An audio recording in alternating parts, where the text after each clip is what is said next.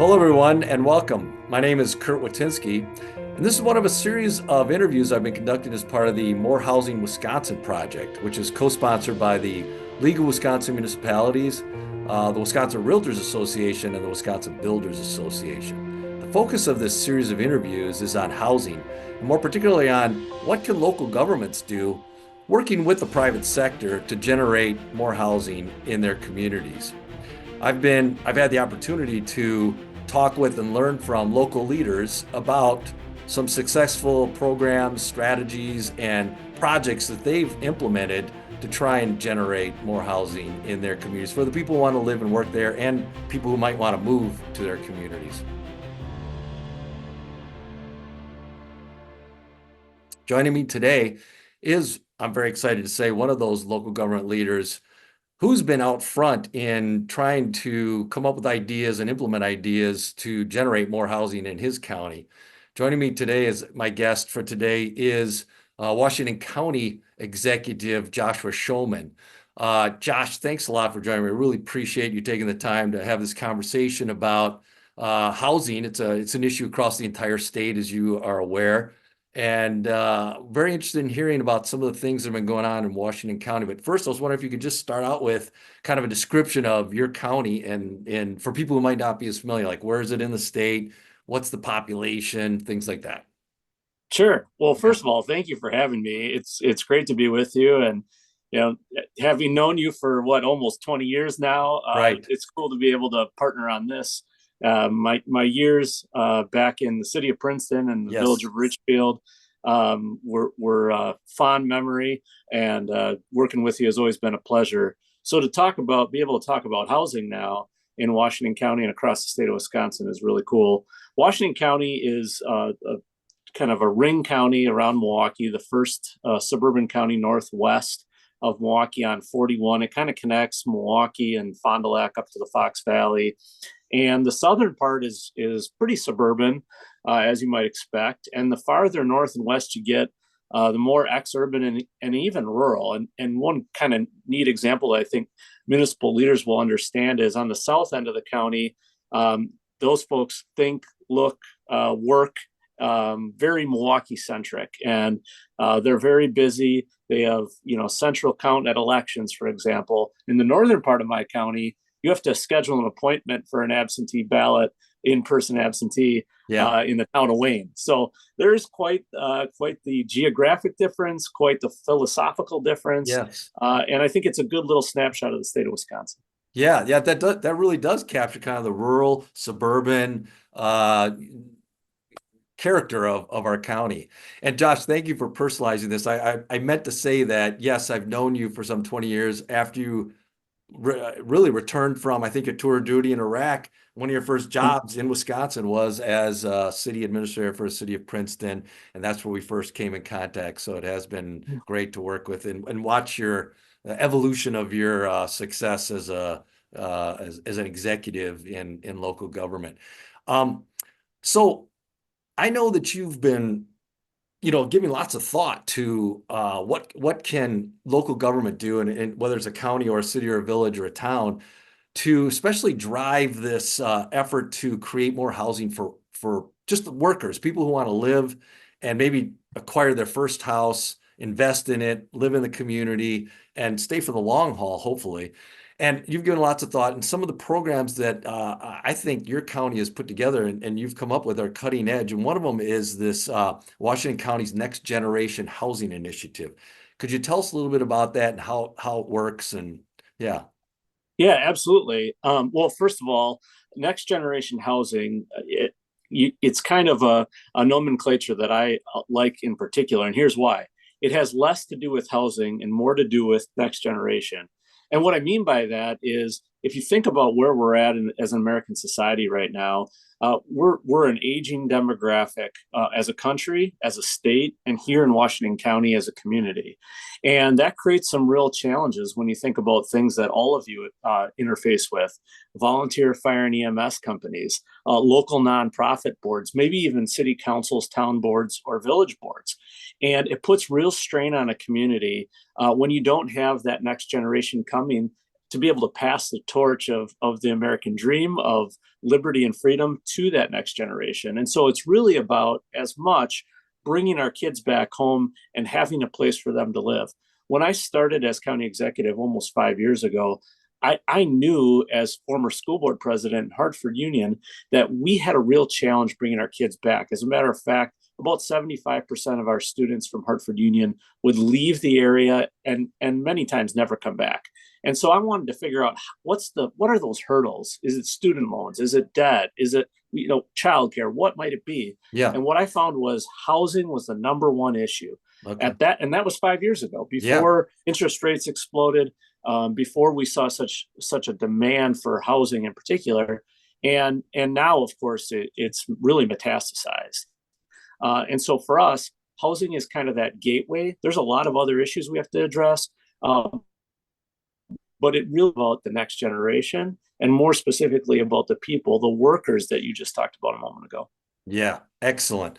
So, what could you tell us just a little bit about what are the kind of how does next generation housing work? What are the particulars? Is it a way to help with the finances? Is it a way for local governments? You've teamed up, I think, with what, the Village of Jackson, maybe on a first subdivision that has come out of this program? Yeah, so first and foremost, let me reflect on my time in Princeton, because I think it informs how and why we got to next gen housing the way it is. Yeah. First of all, our first interactions, if you might remember, Curt, were not long after 2005 when property tax levy limits went in place. The city of Princeton had just cut their property tax levy in half, Yes. thinking they were doing everybody a favor. And we had to go through that a referendum process, very, very difficult and complex. And it taught me a lot of lessons about, what this can mean, not just for individual taxpayers, but also for the municipality. So if you fast forward to where we're at today with next gen housing, it's as much of an economic development project as it is helping people. This is why it's so important. If you look at the National League of Cities' most recent study on housing, it very much mimics what we've done with next generation housing. And next generation housing for us has meant we got about $26 million in ARPA. Yes. And we took those dollars and invested them in this next generation housing program, in particular, about $7.5 million initially to be basically revolving loan fund of sorts. Okay. And investing in local subdivisions. But here was the kicker. What we found when we talked to all these different interest groups, and there's a lot of them in housing: realtors, builders, developers, obviously local municipalities, counties, buyers, the list goes on. Yeah. When you talk to all of them, what I found from developers were, Josh, why would I build a house at $300,000 at the time, $250,000, when I could build a $500,000 home and sell every one of them immediately? My response is, you know what? God bless America, build them as fast as you can. I need to address what that Joe and Jane workforce individual needs. And that was a house that hits an affordability point. So we work with local municipality. Jackson, as you said, was really the first example. We provided about $1.5 million, give or take, $20,000 per unit, per lot. Okay. Okay. And that $20,000 is in the form of a 0% loan. Now, and that loan is not paid back until that house is sold. Okay. Now, it's evolved over time. Since Jackson, we had another small development in the city of Hartford in Skyway subdivision, northwest port of the city of Hartford. We have recently announced a partnership with a local developer, American Construction Services, a local company who had vacated a headquarters recently, Regalware, up in Kewaskum, as well as of course the village of Kewaskum, and that's taking on different connotations. What I have found is there's four basic components that are actually creating the hurdles, and we're all need to contribute to these solutions. One, as many of you know, is infrastructure. The cost of infrastructure is really through the roof. Right. Two, land costs. Land costs continue to skyrocket, not just here in Wisconsin or in Washington County, but across the country. Three, our local regulations. They are very, very complicated. Yes. When they started 100 years ago, they were this thick. Today, they're an inch or an inch and a half. And then associated with that is the regulatory permits, fees. Think of, we require people to have a specific mailbox, and then we charge them a fee for that mailbox. Yeah. We require them to have sidewalk, and then we charge them a fee for the sidewalk. The list goes on. So Stormwater. Yeah. Exactly. So I think the key really is, it's not that you try to knock out all four of those. That's not realistic. But it's to have a conversation with all of those different stakeholder groups and say, what are the one or two or three things that we can tackle together, what we can live without, and get back to, 1950s, post-World War II America, when we built 750 or 1,000 square foot homes that most of us grew up on a quarter acre lot or less. Right. So it's a process, and it's a partnership.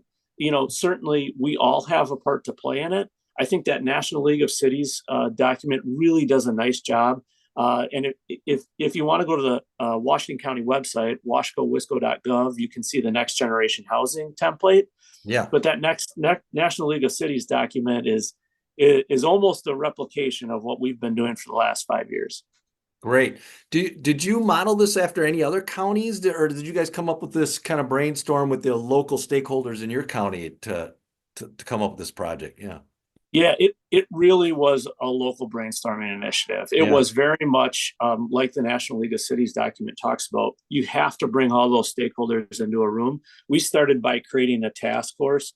All of the municipalities, local zoning administrators, planners, municipal administrators, and then we kind of grew from there. The local realtors association, the local builder, so on and so forth. So it really became kind of a task force, a community task force of sorts, with multiple layers to bring in all those different perspectives, which was really the only way to tackle it. And when you get down to brass tacks, it really comes down to those four key things, and everybody's kind of is in agreement. Like, we've got to address a number of those things. Yeah. Now it's a work in progress. It took 100 years to get from zoning codes this thick to that thick. Yeah. It's not going to happen in 100 days, or maybe not even in 100 months, but together, I think we can get there, and we are in Washington County. One thing I liked in reading a little bit about it is that you really designed this and focused this program on that, I would say, the missing middle of the workforce housing. And so this financial assistance is only focused on homes that cost, ultimately for the home buyer would be below a certain amount. You're trying to, a percentage of them was devoted to what, 340,000, I think, and then you move up, but everything had to be below 420,000, I thought. That's exactly right. So here's where I started with the task force, because when hearing that commentary from developers about building a $500,000 home, again, I said, God bless America. But I always tell my staff and my team, our job, the builder's going to look out for the builder. The developer's going to look out for the developer. Municipality will even look out for the municipality. The county's job here is to look out for Joe and Jane homebuyer. So to your point, what we did was we had a study completed on what would the median income family in Washington County be able to afford. And the answer was, there's basically nothing in Washington County. Yeah. I've watched over the course of 4 years, homes $320,000 and below. And at any one time, it could go from 2. The highest I've ever seen is 32 county-wide.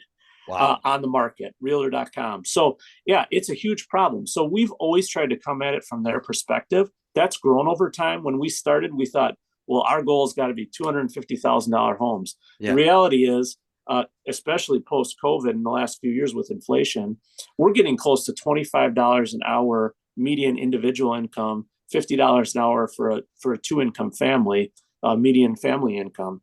And so at that price point, you're talking somewhere between 320 and 340, kind of being that 30%, what mortgage bankers would say, right, the 30% of income that they can afford.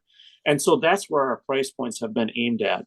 320 on the low end, 420 at the high end, and we won't fund anything above that. More, as importantly, now I really believe we're in an era of build, baby, build, right? It's a supply issue. That's what we need.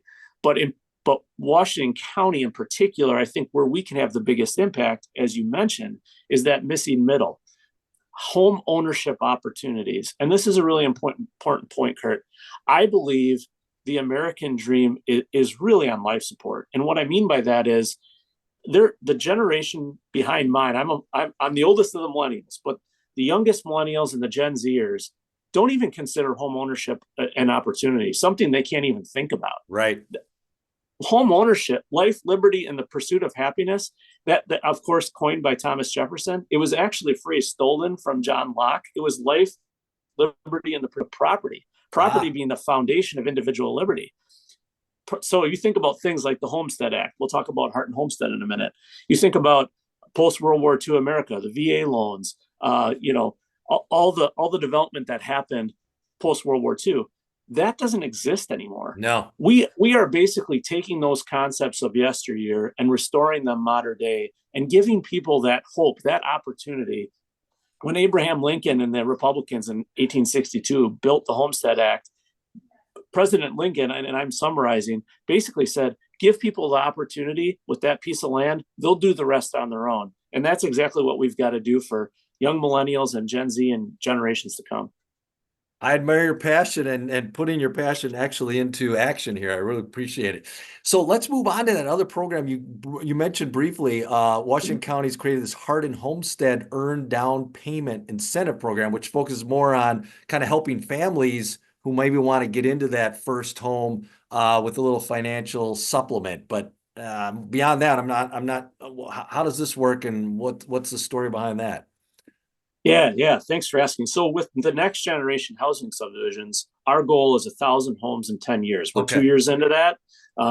Right now in design or construction, we have about 200 homes. So, we got a ways to go.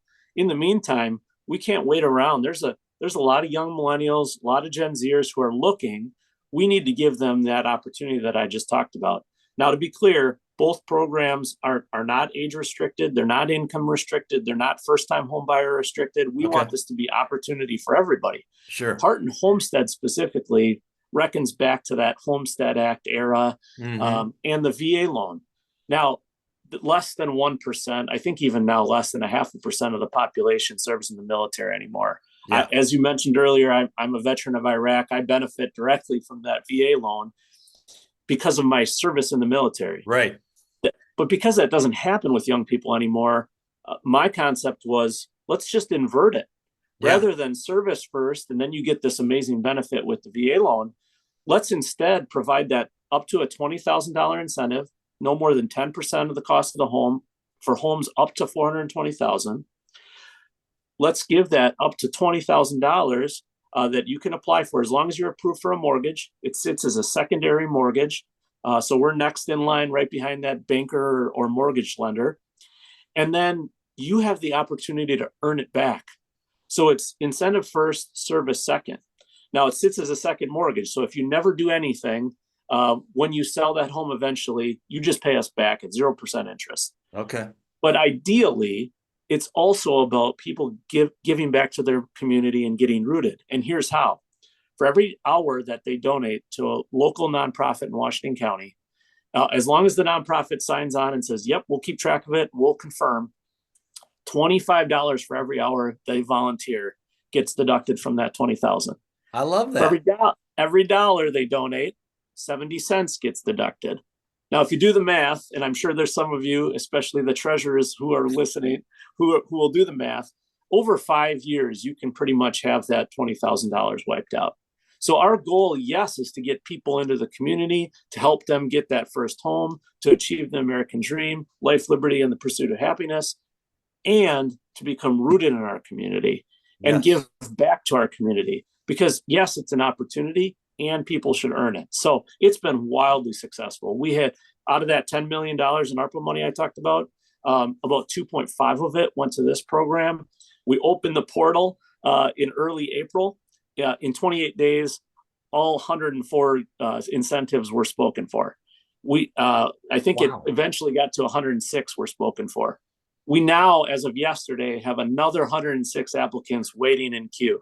So we're scrambling, trying to get some more dollars to be able to fund it, to give more and more people that opportunity to earn the American dream and get rooted right here in Washington County. So that program was just implemented in 2024 and it sold out like that in like 28 days. Isn't Wow. that crazy? That's I know, great. absolutely amazing. So for all the people who say, these Gen Zers, they don't want homes, they want to be in apartments, they want to live in mom and dad's basement, whatever Yeah. story we tell ourselves, it's not true. It Yeah. isn't true. And the most exciting part for me is when we look at those 106 incentives that were initially approved, we thought, if we get 10% of those incentives to be people coming in from out of county, that would be pretty good, right? Yeah. It's 35%. Oh, really? And the stories are stunning.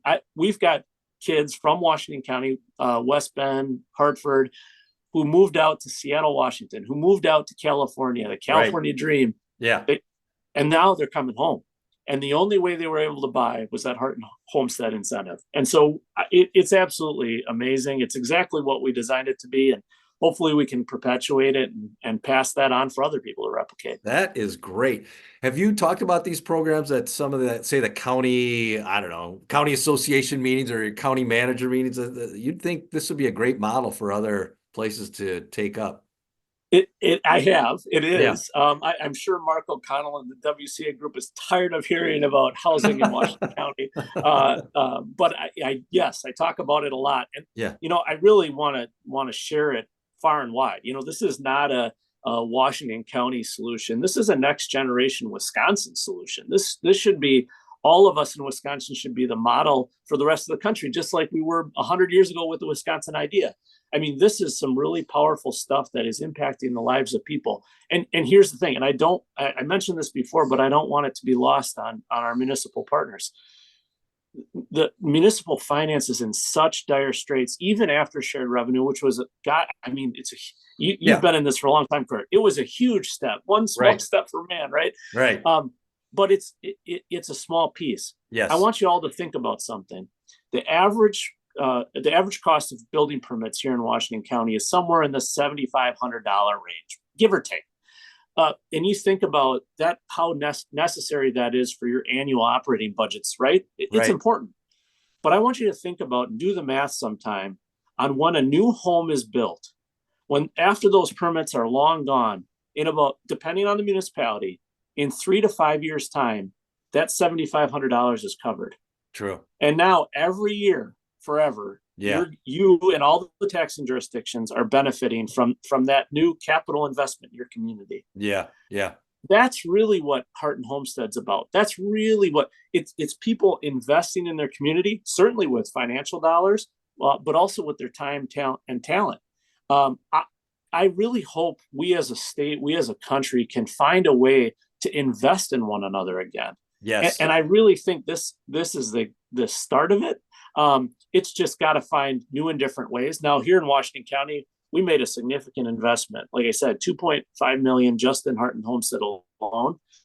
Now we've invested another $500,000. We're asking philanthropists and local businesses to match that. Okay. But we need a sustainable funding source. Right. And statewide, that is a huge challenge for all of us. Everybody has heard the term the brain drain. They know our kids are hard to get back. Our Economic Development Corporation has called Heart and Homestead the best workforce attraction initiative they've ever seen. Why wouldn't we want to replicate that far and wide, right? I agree. Huge challenges, but I think it's a great opportunity and certainly always can be improved upon. But I hope you all are interested and reach out. I'm happy to answer any questions, help you out. That's great to hear. Thank you.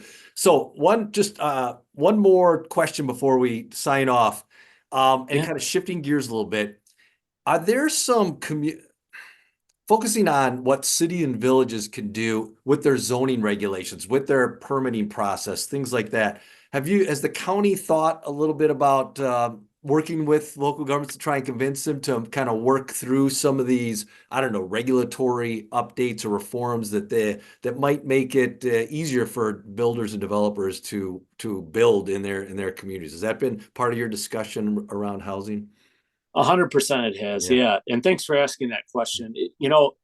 We're all very, very proud of our communities. We're super invested in the processes we've gone through over years. But I think we have to acknowledge where we're at today in 2024 is drastically different than even 2014 and certainly, 1954. Yeah. we have made it over that time very difficult for homes to be built. And I'll just use, one small example. Sure. Think about that home that was built that most of us grew up in, built in the 40s or the 50s. Probably 1,000 square feet on a quarter-acre lot, probably a detached garage, maybe one car, eventually got expanded to two. When we started this process 5 years ago, almost 5 years ago, there was not one municipality in Washington County where you could create a new development that allowed for lots that small or homes that small. Right. Right. We're now operating in a mindset of the 1990s and early 2000s where development was gangbusters, and we really had to regulate to, try to manage the growth. Yes. We are not in that era anymore. As a matter of fact, it's quite the opposite. And if we want to get back to the type of growth where we're giving opportunities for the workforce, we have to think about how do we kind of unwind a little bit and allow for those more modest homes where the workers can live. We've got lots of exciting developments. I mean, you think about what's happening in Jefferson County with these Kikkoman and Yes. the ethanol plant, and obviously everything going on in Mount Pleasant with Microsoft, and the whole St. Croix Valley. I mean, there's some real opportunity here, but we got to think differently. We should take a step back and almost audit, like, what is it that we're trying to accomplish? The economy today is much different than it was 10 years ago, 20 years ago, 100 years ago.